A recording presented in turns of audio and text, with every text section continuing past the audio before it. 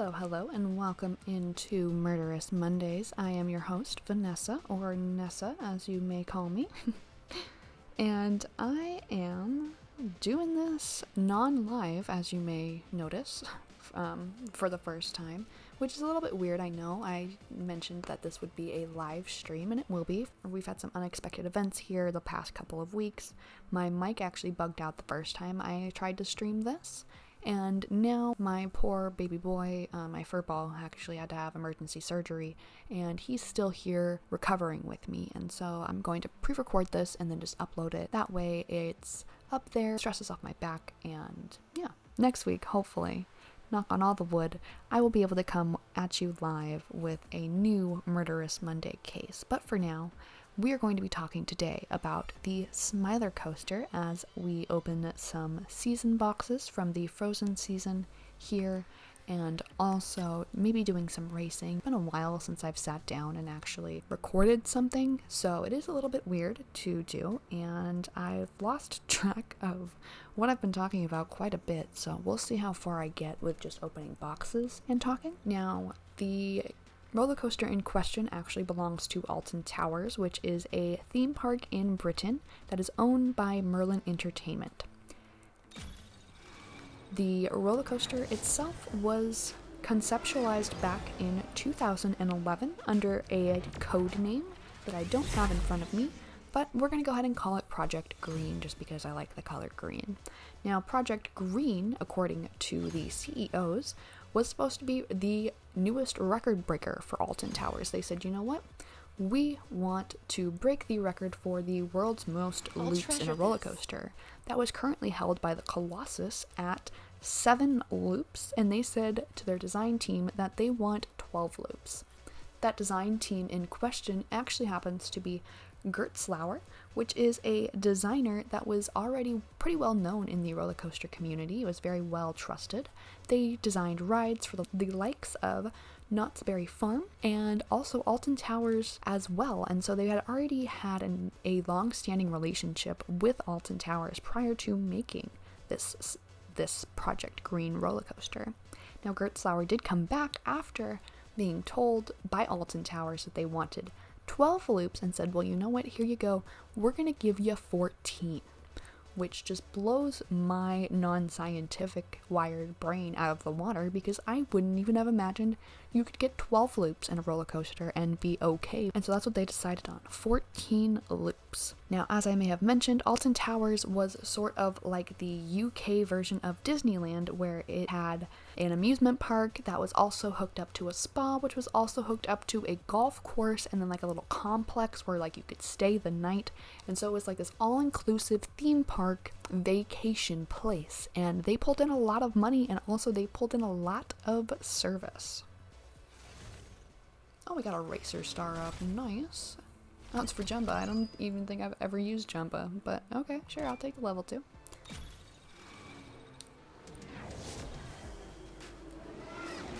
So now, after they came up with the initial, I guess, physical design, I should say, all of those loops, they needed a concept for this roller coaster, right? And for whatever reason, I don't know if it's an Alton Towers thing or not, they came up with a pretty big concept for this ride. It was pretty huge conceptually, in my opinion. No longer called Project Green, or the code name that it was given, it was now called the Smiler Coaster.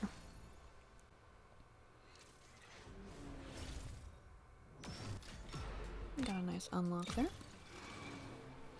Now, the Smiler Coaster would serve as a quote-unquote brainwashing facility where riders were test subjects and they would get corrected with a permanent smile. And the slogan of the ride itself was "Smile Always," which is just like super sinister and creepy and just screams corporate America in my point of view. In the original branding of the roller coaster, you also had the word marmalizing or marmalization heavily put in throughout the roller coaster, which I guess was slang for like beating someone up or like to rough someone up. It's just like marmalized. And it's almost like pulverized, I feel like. It's like the American equivalent, maybe? It was a slang term used in Britain, and that was apparently wildly also thrown into the marketing for this ride, which kind of makes sense, kind of doesn't make sense when you think about it. That's also something to be noted as well, that marmalization was in there quite heavily. As marketing started to ramp up for this ride, before anyone even knew that it was an actual roller coaster, they started to put the logo everywhere. And I mean like everywhere in Britain. Like you would see it in like the rural like farms, spray painted on sheep at one point. It got so big that like the hashtag creepy sheep was even trending on Twitter, back when Twitter was still Twitter.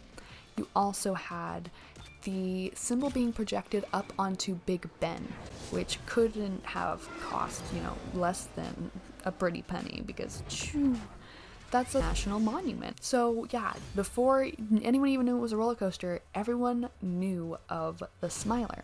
The ride in total, just to hit you with a quick number, cost about 18 million pounds to make. Oh wow, it's my first Lilo shard.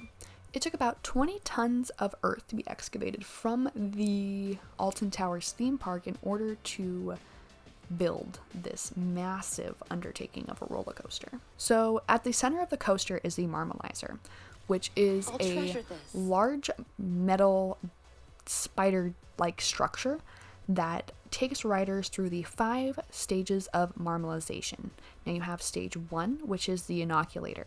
It, quote, is a jab of happiness to start the process. Number 2 would be the tickler, and the tickler, quote, tickles the rider until they can't resist smiling. Number 3, the flasher, quote, blinds the rider and creates the spiraled pupils that you see in all the marketing campaigns. Next, at number 4, you have the giggler, where, quote, riders are infected with intoxicating laughing gas. Now that would be just like a mist that they would like spurt at guests. It wouldn't be like anything too big. This wasn't a water ride at all. And of course you can't really get tracks wet, just like a little mist. Then at the very end you have the hypnotizer, which would, quote, disorientate, mesmerize, and disrupt riders' self-awareness, and that would be those optical illusion spirally thingies that we see on the logo being like played out in front of you while you're going through the rest of the track. At the very end of the ride, you would see the words, "You now belong to the Smiler, marmalization complete," as you re-entered the ride queue. And that was the Smiler coaster. Now, all of that marketing complete with how many loops did we say? That's right, 14 loops. And that is what made up that ginormously cool roller coaster. Oh my gosh, we got Stitch. That's cool. I didn't actually expect to ever get Stitch. I thought he was really, really rare. Cute. That's actually really exciting. He's one of the ones that I really wanted. Him and Jack Sparrow are like the only two that I really want. There's one more thing to keep in mind as we get into opening day of the Smiler coaster, and that would be that on a typical day, the ride only has 4 cars operating at one given time.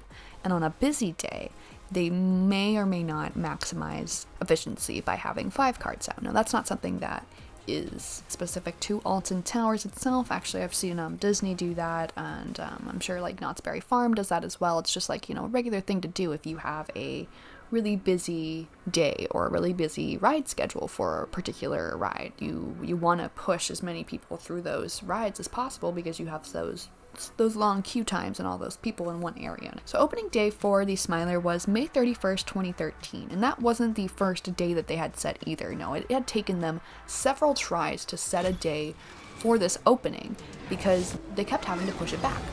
And when I say that they kept having to push it back, I mean that they were just like having so many issues that they just couldn't possibly open.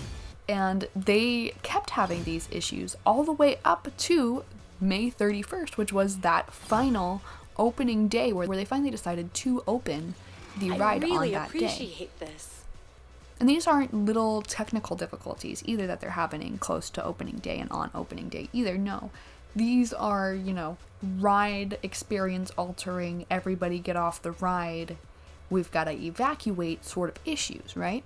And they've had 3 separate instances on and before opening day to where they've just had to completely shut down, evacuate, this is a no-go, we've got to fix some things, recalibrate, and come back. But somehow, someway, May 31st comes around and we are launching.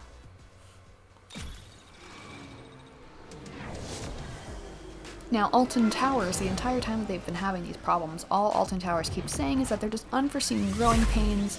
Just everyone relax, it's okay.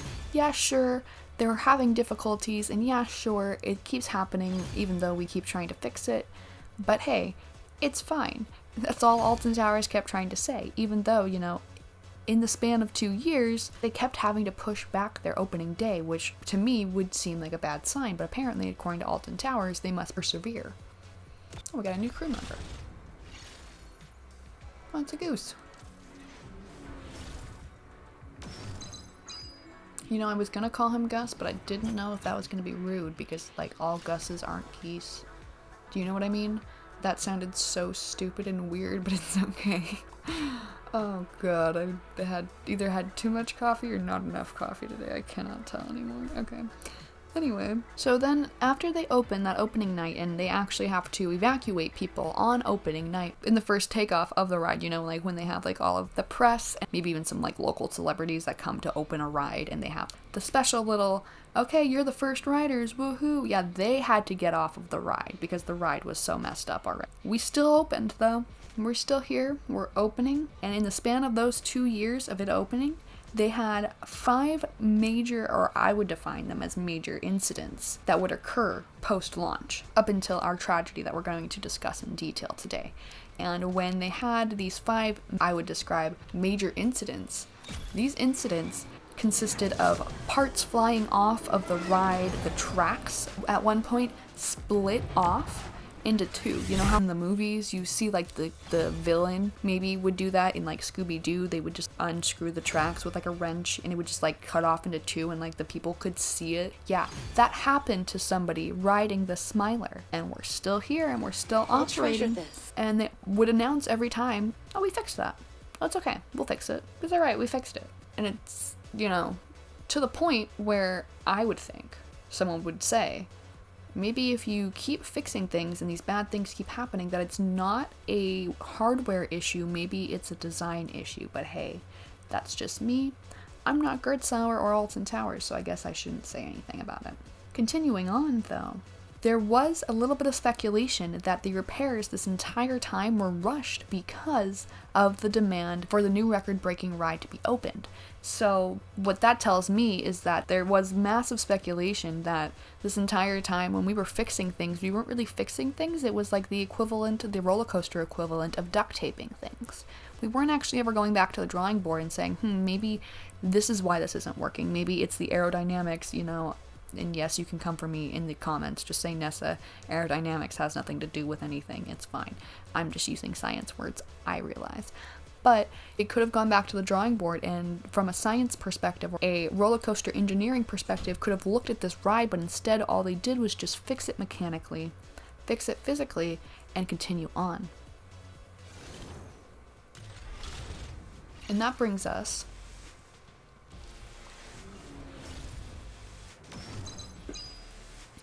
cute, it's Hermes. Nice, a collection level up. This is new. To our incident in question. Now that would be on June 2nd, 2015. So the ride has been open at this point for 2 years, like I said. June 2nd, 2015 was like any other day. The queues were up high and the riders' spirits were high. Everyone was just looking to have a good time on an amusement park ride or two. So at 1 p.m., a cart is loaded. And a cart, mind you, holds 4 rows of 4 people.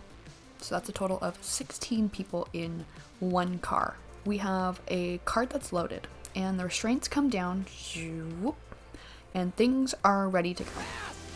Kind of. I can do it. I know I can. Okay, everybody, on 3.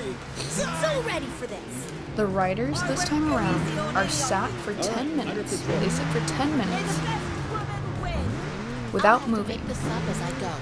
out of the initial ride section.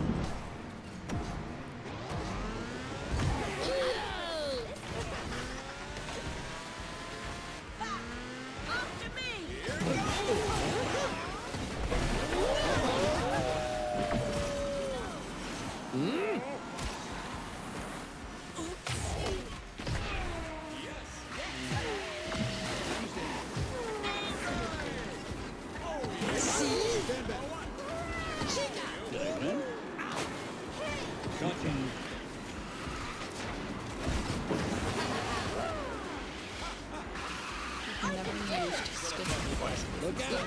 Interesting. I'm happy that I can do it. Also, imagine me being able to use words properly. Holy shit. So this is what to do it.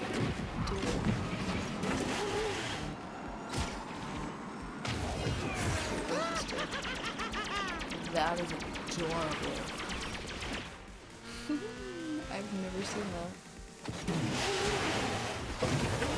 Actually, yeah, come people, I don't think I've ever played against this Stitch. How come people don't use Stitch? He's so cute.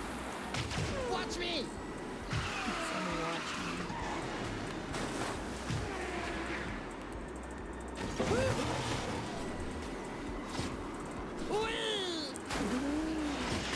Oh shit, okay, Jesus. I don't know if you guys heard that, but he's making the biggest noise. Pretty sure he's like a little bit angry about the fact that I'm screaming at him. He doesn't like it because he's such a scream cat, dude. He just adores having like nature documentaries on. That's just the way it is.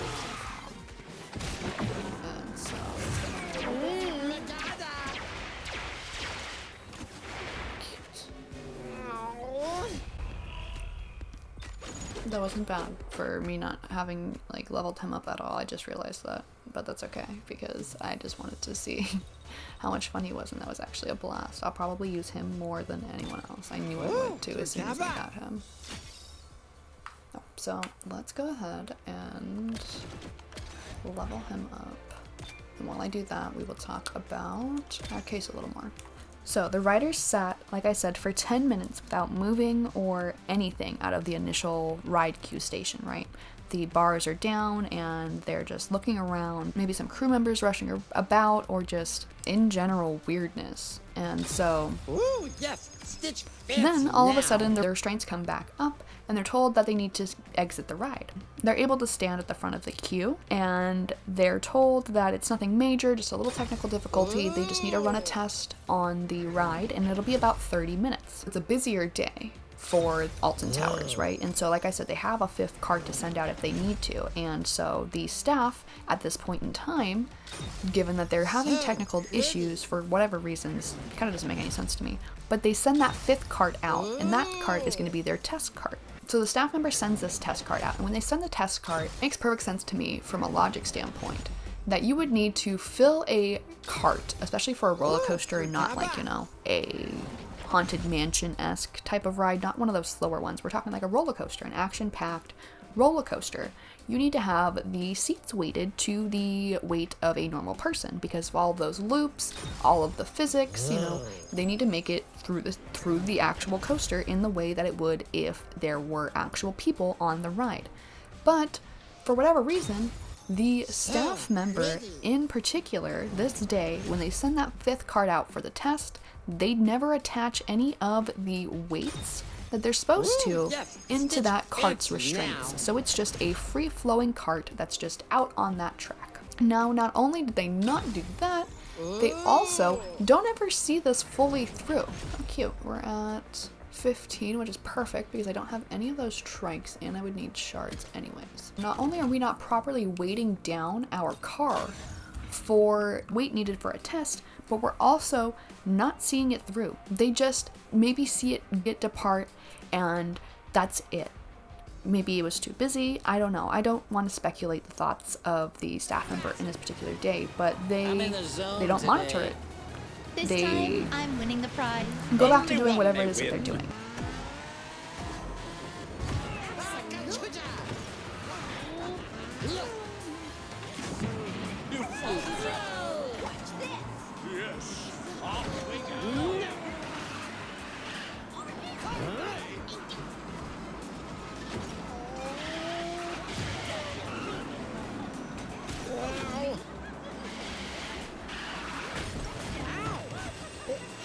There you go.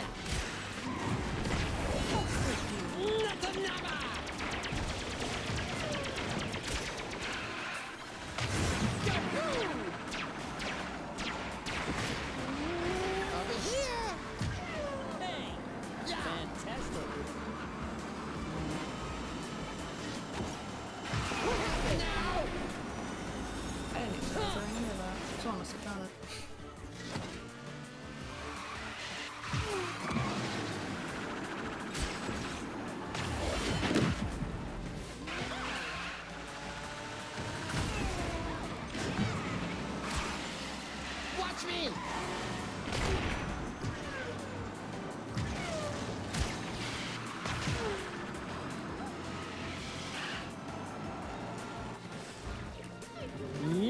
So because they did not attach those weights, the test cart starts to go through the track and it eventually swings to a stop at one of the final loops in the coaster.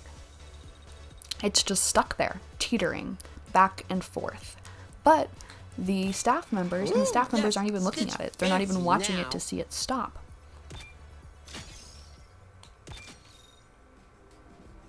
The winds on that particular day happened to be 46-mile-per-hour winds as well, and according to a number of Alton Tower's safety manuals, rides are supposed to be closed.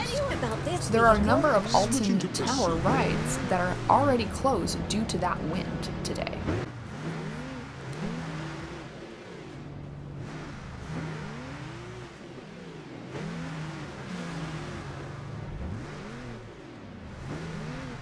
Yet, somehow, the Smiler was still open despite officials suggesting it not to operate past wind speeds of 34.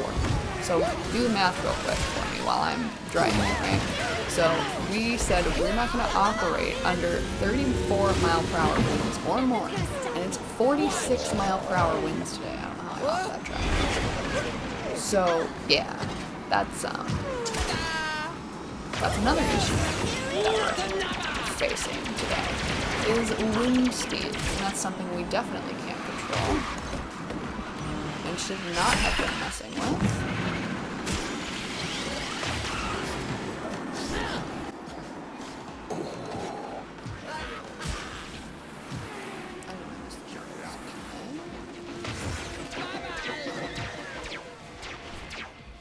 Please, more racing!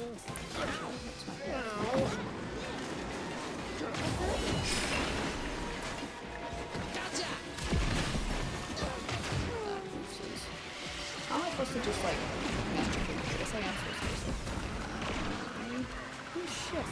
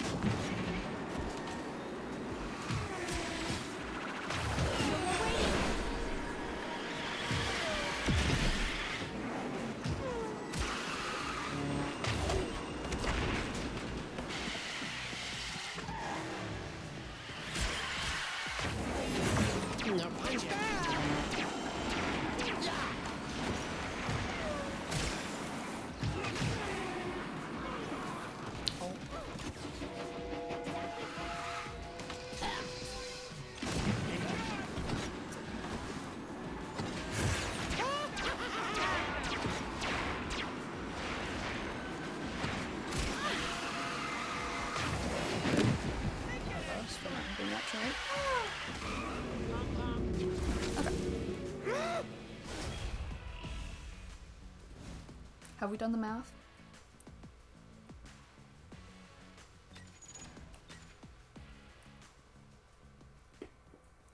Good. So, as I said before, we weren't even checking on the status of that cart because despite it not returning to the initial queue, the riders were loaded back into another cart and they were set off on the coaster. The restraints came back down and they said, "We're ready to go, let's go."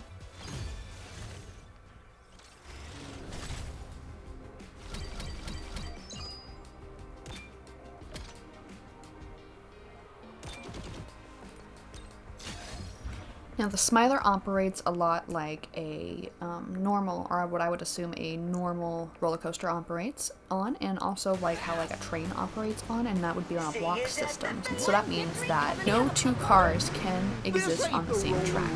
If they do, then the system not only notifies you, but it also stops those cars, which is a great system to have. You know, it's for your safety that that stopping point is there.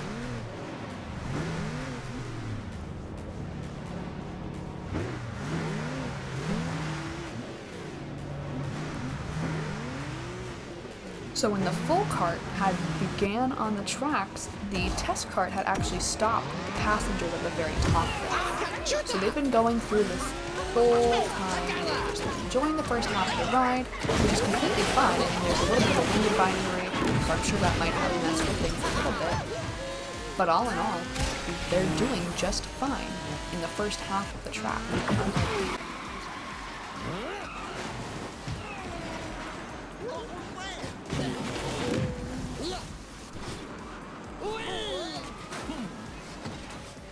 Wow.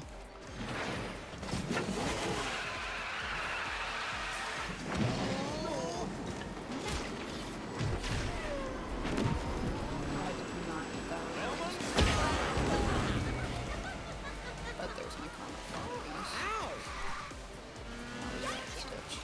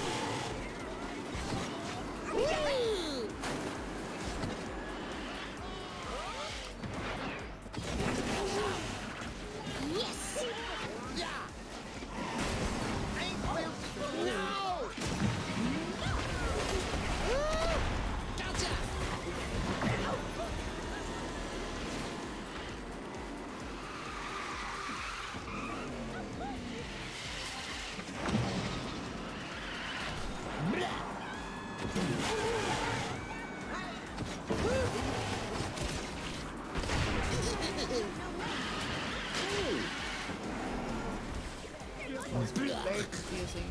That was, yeah, anyway. Okay, so the first 8 minutes of the ride for those particular guests was fine, and then they just kind of stopped at the top of the tracks. That was all that they knew. And they had stopped, we know, because down below on the last half of the ride was the test cart.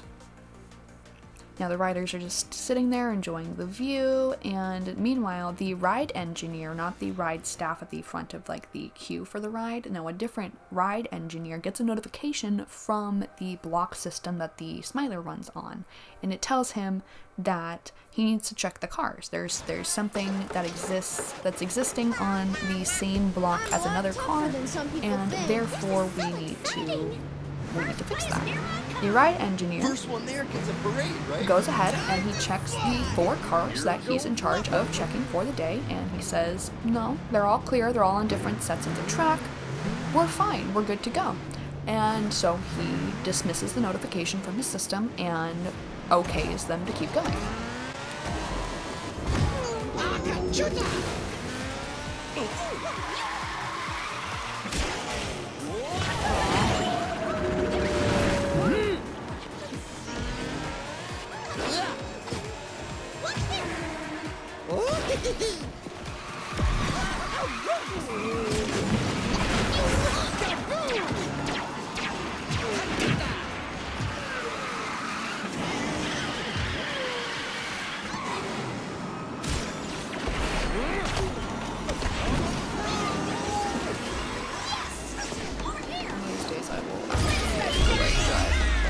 When that happens.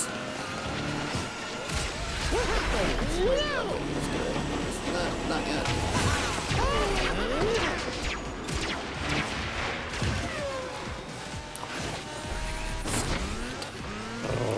Yeah, goose. So we can persevere, you guys. Steve's very upset with me. I'm very upset with me.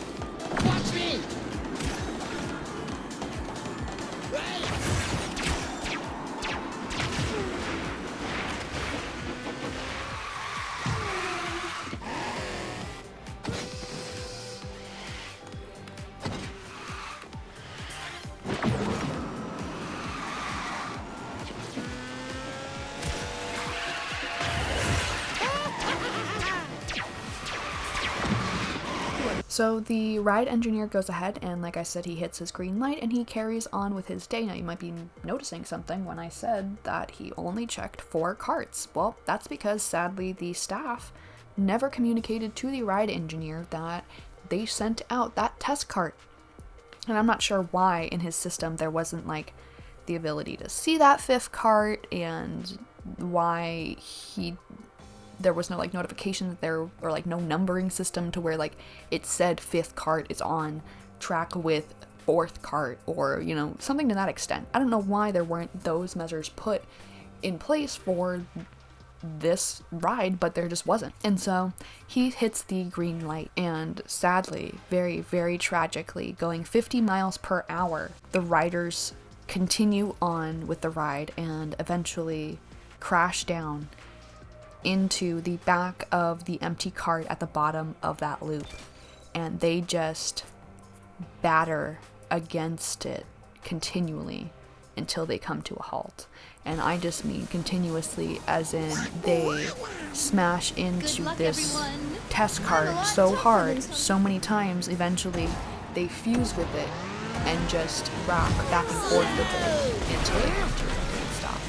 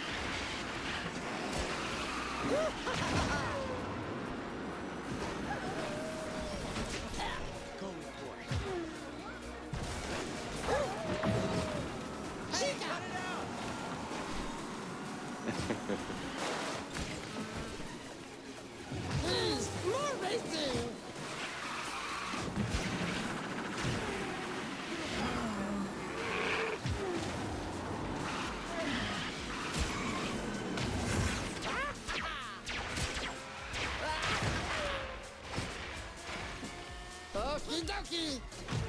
Huh? Yeah. What is happening? We all saw that, right?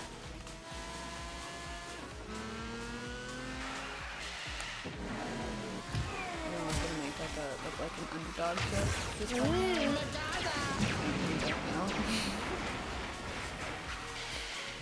I want to go back and see exactly what in the heck just happened to where I was just on the rail of the 3-piece track for like a good, I don't even know how many seconds.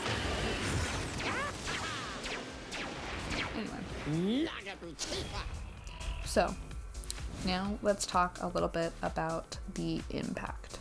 Like I said, the car was going 50 miles an hour when it crashed into the test cart, and that would be the same level of impact as a 1.5-ton car crash going 90 miles per hour, which is ridiculous. The cars, as I said, eventually fused themselves together and just rocked back and forth. Anyone sitting in the front row of the ride had their legs completely crushed within the 2 metal cars. The footwell, which was normally a 1/2 meter wide, was crushed to mere centimeters. And a lot of people thought that they were going to die because of how awful the results of this crash were. Where am I and what am I?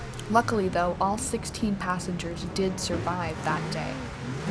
Although 10 suffered whiplash and 6 in the front row would endure severe injuries, including leg amputations and life-altering trauma.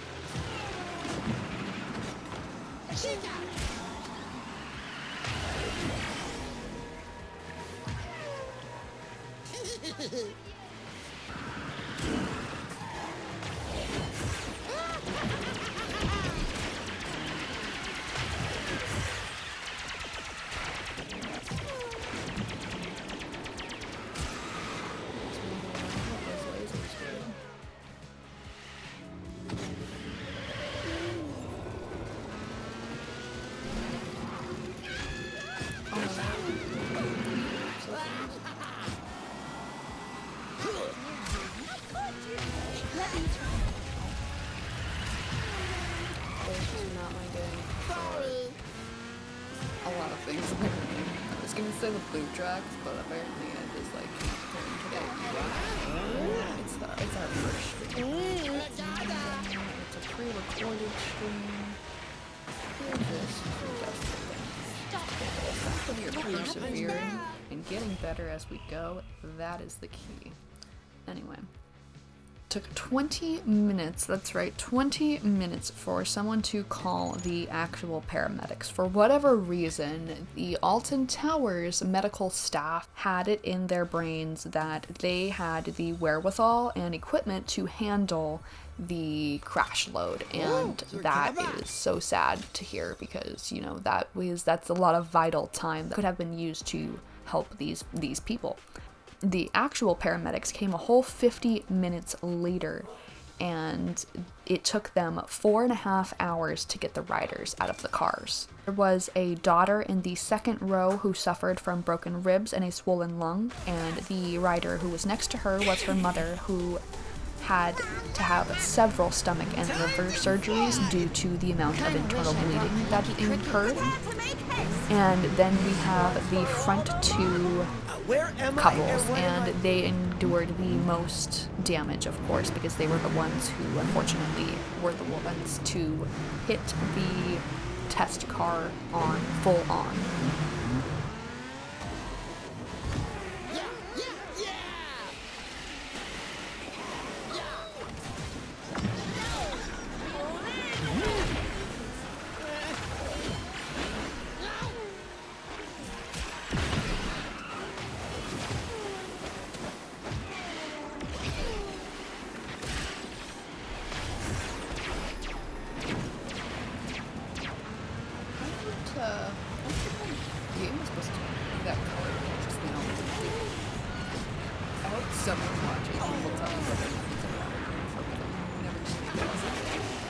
Granted, it's really, really cool.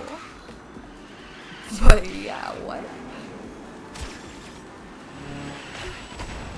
Oh gosh.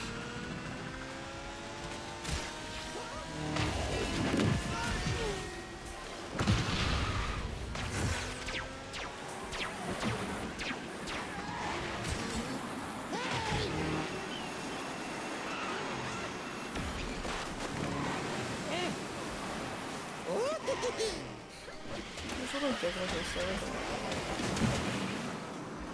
Watch me!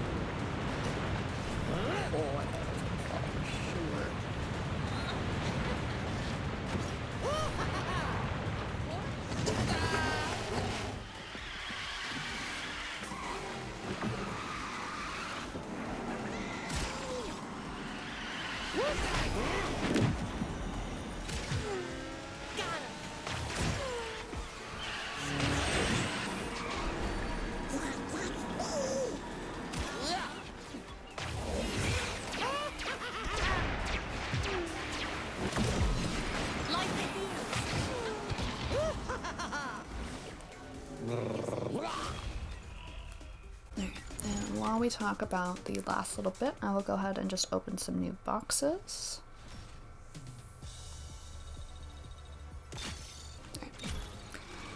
So, we have the front row, which would be two couples. We have Daniel, who endured a broken leg and a punctured lung, and we also have Vicky, who, like I said, had both of her legs crushed She had to have actually 7 operations, and in those 7 operations, they actually unfortunately were unable to save one of her legs. Or the other couple would be Joe, and he had 2 shattered kneecaps, a broken leg, and actually one of his fingers was nearly severed. He's noted mentioning in several interviews that during the crash, while they were waiting for the paramedics, he had to be very, very careful not to touch his pinky at all, because if he were to even just remotely touch it, it would have fallen off. It was hanging on by a thread.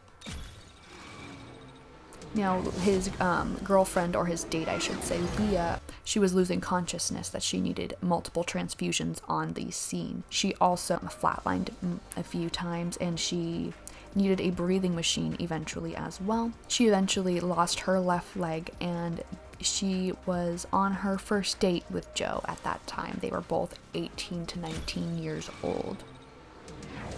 You may be wondering why the girls got the worst of the injuries. Well, that would be because they were the ones sitting in the middle of the cart, and the carts on the back of them have little tow hitches where they could be toted off to be worked on, and that is where the logo of the front of the Smiler car, of their car, was smashing into the back section of the test car. Well, unfortunately, both the girls' legs were right there in that middle section and were hit with that tow hitch.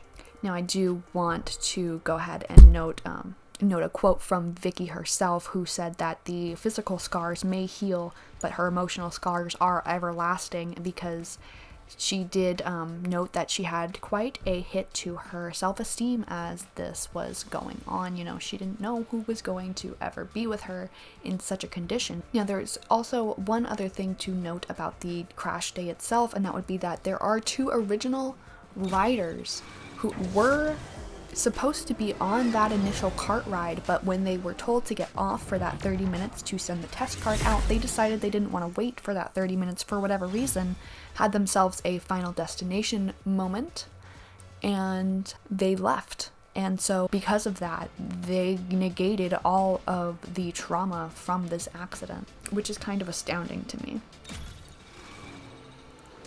Now, talking a little bit about the investigation and the response that Alton Towers had, they closed for 5 days following this incident. And during those 5 days, Merlin Entertainment, who owns Alton Towers, like I mentioned, started to blame Gertzlauer. They were honestly kind of scared, because they didn't know what was happening. They didn't know what was going on. They figured that if maybe one Gertzlauer design was flawed internally, like this one, maybe all of them are, and they needed to take a real big look at their park.